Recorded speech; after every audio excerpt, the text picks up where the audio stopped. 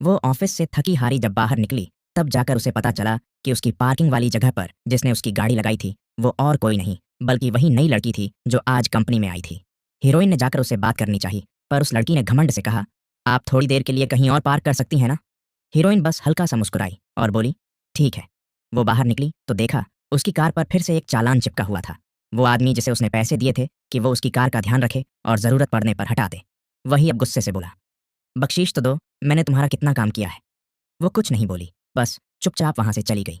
घर पहुंची तो देखा इंटरनेट का टेक्नीशियन दरवाजे पर खड़ा था। उसने पूछा, नेटवर्क ठीक हो गया? टेक्नीशियन बोला, नहीं, आपके घर पर तो कोई दरवाज़ा ही नहीं खोल रहा था। हीरोइन हैरान रह गई, क्योंकि उसके पति तो घर पर ही थे।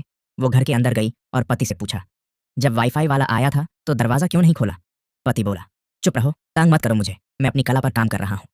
इतना सुनकर हीरोइन चुप हो गई। इतना सब कुछ सहने के बाद अब उसका मन टूटने लगा था।